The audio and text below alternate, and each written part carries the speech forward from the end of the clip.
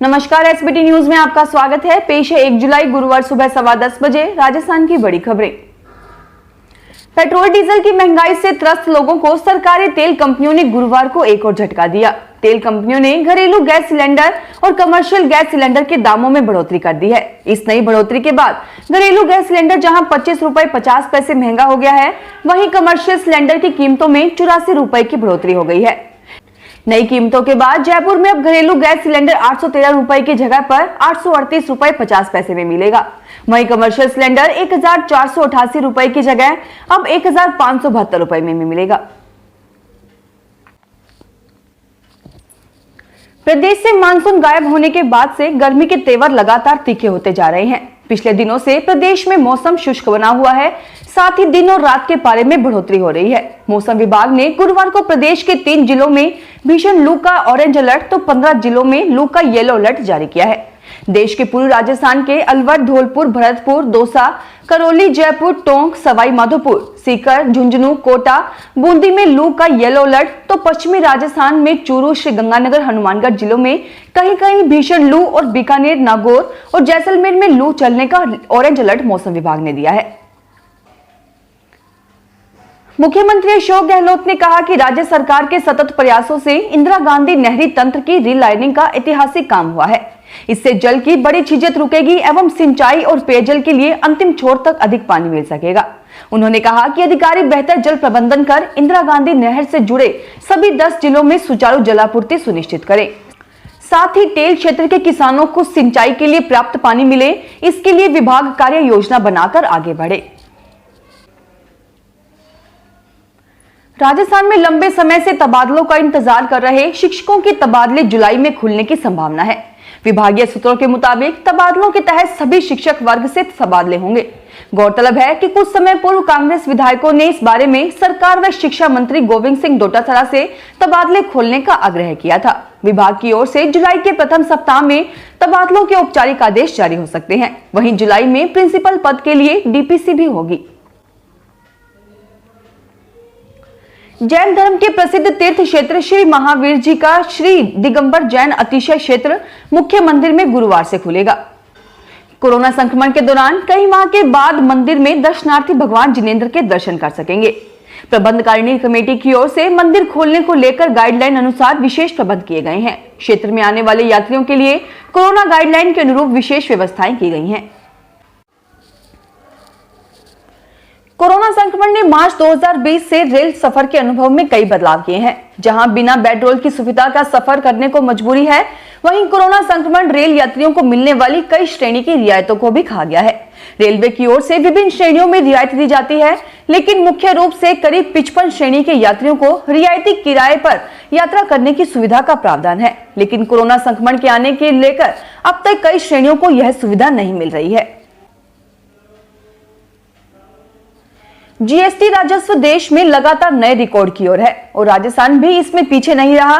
लेकिन पिछले 2 सालों से प्रदेश जीएसटी वसूली में अपने लक्ष्यों से पीछे रहा। प्रदेश लक्ष्य के मुकाबले 75% ही जीएसटी प्राप्त कर पाया और बोगस बिल से कर राशि की वापसी से लोगों की कीमतों में कमी का लाभ भी नहीं मिल पाया। जीएसटी के लिए अपीलीय ट्रिब्यूनल भी अब तक नहीं बन पाए हैं। राजस्थान में खरीफ मौसम में किसानों को गुणवत्ता युक्त उर्वरक, बीज और कीटनाशक उपलब्ध कराने के लिए कृषि विभाग की ओर से चलाए जा रहे गुण नियंत्रक अभियान के तहत 5000 से अधिक नमूने लेकर जांच के लिए प्रयोगशालाओं में भिजवाए गए। साथ ही अनियमितता मिलने पर 116 दुकानदारों को कारण बताओ नोटिस जारी किया गया। कृषि मंत्री लालचंद कटारिया ने बताया कि 17 प्रतिष्ठानों के सामान बेचने पर रोक लगा दी गई है। साथ ही 6 स्थानों पर आदान जब्त कर एफआईआर दर्ज करवाई गई है। राजस्थान के परिवहन मंत्री प्रताप सिंह खाचरियावास की अध्यक्षता में सचिवालय में परिवहन विभाग की समीक्षा बैठक हुई। उन्होंने विभाग की योजनाओं, नवाचारों और बजट घोषणाओं की प्रगति की विस्तृत जानकारी दी। खाचरियावास ने अधिकारियों के साथ विचार विमर्श करते हुए परिवहन सुविधाओं को और अधिक बेहतर बनाने के निर्देश दिए। खाचरियावास ने कहा कि परिवहन विभाग जनता से जुड़ा विभाग है।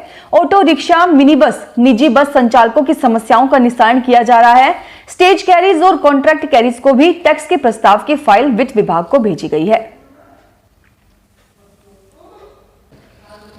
राजस्थान की मुख्य सचिव निरंजन आर्य ने विभागवार इस वर्ष की बजट घोषणाओं की क्रियान्विति की समीक्षा की। आर्य ने कहा कि अब तक 382 घोषणाओं की स्वीकृति जारी की जा चुकी है। राज्य सरकार की मंशा है कि बजट घोषणाएं तय समय पर पूरी हों, जिससे आमजन को उनका संपूर्ण लाभ मिल सके। घोषणाओं की क्रियान्विति समयबद्ध तरीके से पूरा करने के लिए विभाग योजनाओं के विभिन्न चरणों के लिए माइलस्टोन तय करें और स्वयं अपने स्तर पर उनकी मॉनिटरिंग करें। भारतीय पुलिस सेवा के वरिष्ठ अधिकारी भूपेंद्र कुमार दख को बुधवार को राजस्थान का नया कारागृह महानिदेशक नियुक्त किया गया। दख ने इस पद पर राजीव दासोत की जगह ली है, जो बुधवार को सेवानिवृत्त हुए। जयपुर डिजिटल बाल मेले में बच्चों से रूबरू होते हुए उच्च शिक्षा मंत्री भवन सिंह भाटी ने कहा कि कॉलेज लेवल परीक्षाओं पर जल्द ही अहम फैसला होगा। दरअसल यह बात उन्होंने डिजिटल बाल मेला में उस दौरान कही जब छोटे बच्चों ने कॉलेज और यूनिवर्सिटी में पढ़ने वाले स्टूडेंट की ओर से परीक्षाओं के बारे में सवाल पूछे। उन्होंने कहा कि गहलोत सरकार ने हाल ही में इस विषय पर बात करने के लिए कमेटी बनाई थी। इस कमेटी की रिपोर्ट पर अंतिम निर्णय लेकर जल्द ही यूनिवर्सिटी की परीक्षाओं के बारे में अहम फैसला होगा।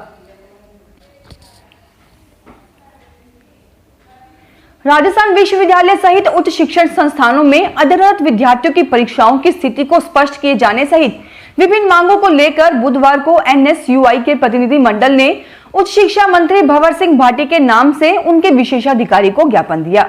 एनएसयूआई के प्रदेश प्रवक्ता रमेश भाटी ने कहा कि लाइब्रेरी और कोचिंग संस्थानों को खोले जाने, साइंस के शोधार्थियों और पीजी के स्टूडेंट के लिए प्रैक्टिकल लैब खोले जाने, वैक्सीन सर्टिफिकेट लेकर हॉस्टल खोले जाने की भी मांग की।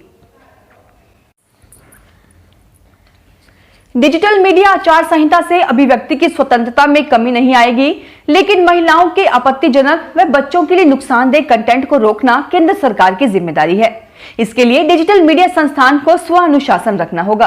केंद्रीय सूचना एवं प्रसारण मंत्रालय के संयुक्त सचिव विक्रम सहाय ने बुधवार को डिजिटल मीडिया आचार संहिता 2021 को लेकर आयोजित वेबिनार में यह बात कही। सहाय ने बताया कि पिछले 6 वर्षों में इंटरनेट डेटा का इस्तेमाल 43% तक बढ़ा है। ओटीटी प्लेटफॉर्म पर आ रही सामग्री को लेकर शिकायतें मिल रही थी, जिनको रोकने के लिए डिजिटल मीडिया आचार संहिता बनाई गई है। इसके तहत न्यूज पोर्टल या ओटीटी प्लेटफॉर्म से संबंधित जानकारी ली जा रही है जो स्वैच्छिक है, उनके रजिस्ट्रेशन का कोई प्रावधान नहीं है। बीवीजी कंपनी और निलंबित महापौर सौम्या गुर्जर के पति राजा राम के बीच लेन देन के कथित मामले में एसीबी की एफआईआर में 2 अन्य लोगों को भी आरोपी बनाया गया है। इसके बाद बीजेपी ने सरकार के खिलाफ मोर्चा खोल दिया है। राज्य सरकार पर राष्ट्रवादी संगठनों को परेशान और बदनाम करने का आरोप लगाते हुए बीजेपी प्रदेश अध्यक्ष सतीश पूनिया ने निशाना साधा। बीजेपी के प्रदेश अध्यक्ष सतीश पूनिया ने बयान जारी कर कहा कि मुख्यमंत्री अशोक गहलोत द्वारा राज्य में राष्ट्रवादी संगठन व भाजपा के खिलाफ षड्यंत्र किए जा रहे हैं, जिसमें वह कभी सफल नहीं होंगे। फिलहाल इस बुलेटिन में इतना ही, फिर हाजिर होंगे और बड़ी खबरों के साथ। एसबीटी न्यूज के वीडियो देखने के लिए हमारे चैनल को सब्सक्राइब करें और नोटिफिकेशन पाने के लिए बेल आइकन को प्रेस करें।